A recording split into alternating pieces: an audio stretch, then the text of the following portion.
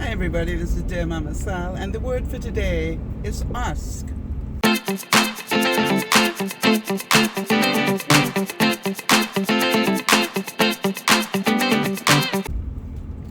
Hi everybody, this is DearMamaSal, and I'm out and about. I'm actually quite excited. I believe I may have found my next home. I'm going to see it tomorrow, so I will update you once I've done that. But I want to tell you something that happened because I think it's really important for everybody to hear the story and understand why it's important to ask for what you want. Once I realized that my house has probably sold, in as much as I'm still waiting for the subjects to be removed, and then that's a solid sale. That happens on the 16th, on or before the 16th. I realized I could start looking now. That was my whole premise. And when I say start looking, you know I've been looking all the time, right? Online and with the help of my realtors and sending me information. But I literally, I would say as much as 2 or 3 times a week have been looking at what's available online because I wanted to get a sense of what was out there. However, this is the interesting thing. When I talked to my realtor, knowing that now we're getting really close, I said, I'd like to give you my perfect case scenario. And the realtor said, okay, fine. And I said, the perfect case scenario would be probably a manufactured home that has recently been updated and is empty. And they said, okay, fine. And I said, and I would like to rent it for the month of August. And they said, what? I said, I would like to rent it for the month of August so that I can start moving in immediately. And my realtor said, nice idea, Sal, but nobody's going to do that. And I said, I think they will. The market is well down. You've got a house, a property that has been renovated.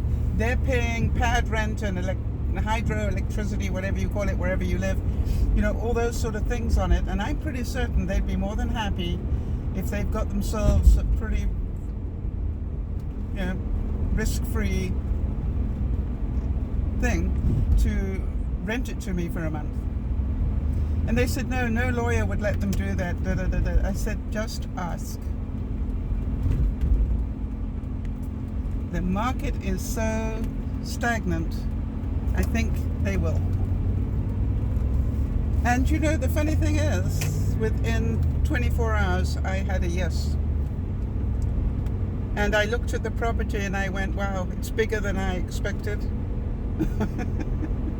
It's renovated. It's totally secluded. When you look out of all the windows, you're not looking at a car park or another manufactured home. It's, it's got bushes all around it. And I'm going,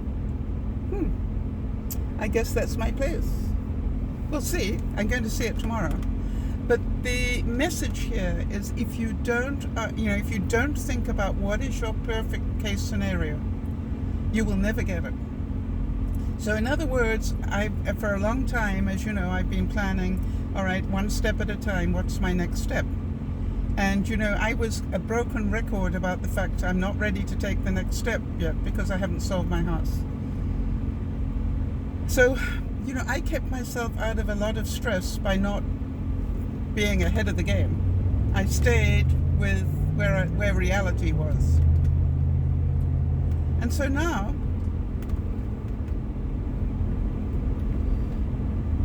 I look at it and go,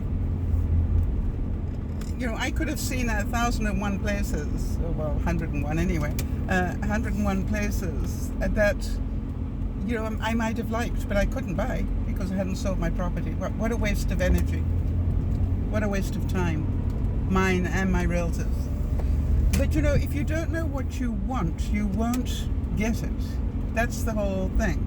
So I literally sat down and went, what's my perfect case scenario? What would I really like to have happen?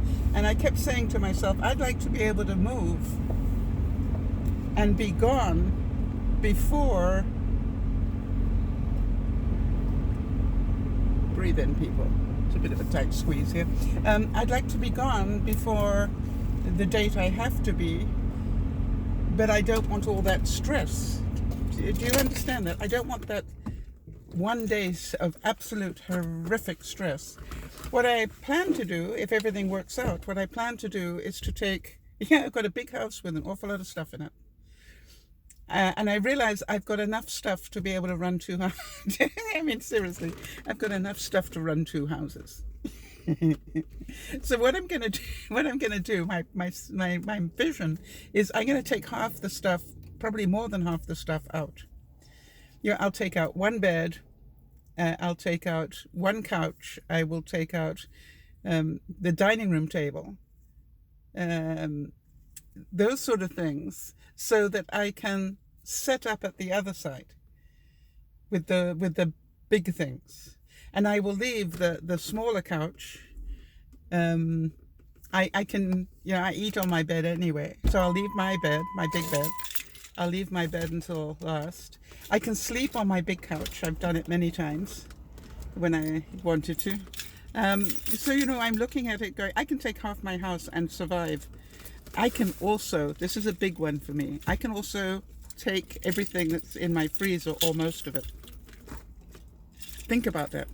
That's a lot of money sitting in my freezers. And I know you're saying, well, just eat it all up, Sal. Well, I'm not going to eat it up in that time frame. I've got to be out by the end of August. So, look at it and think to yourself, this is all doable. But you need to know what it is you want to do. And that's made me chuckle because, and I quote, nobody's going to let you do that, Sal.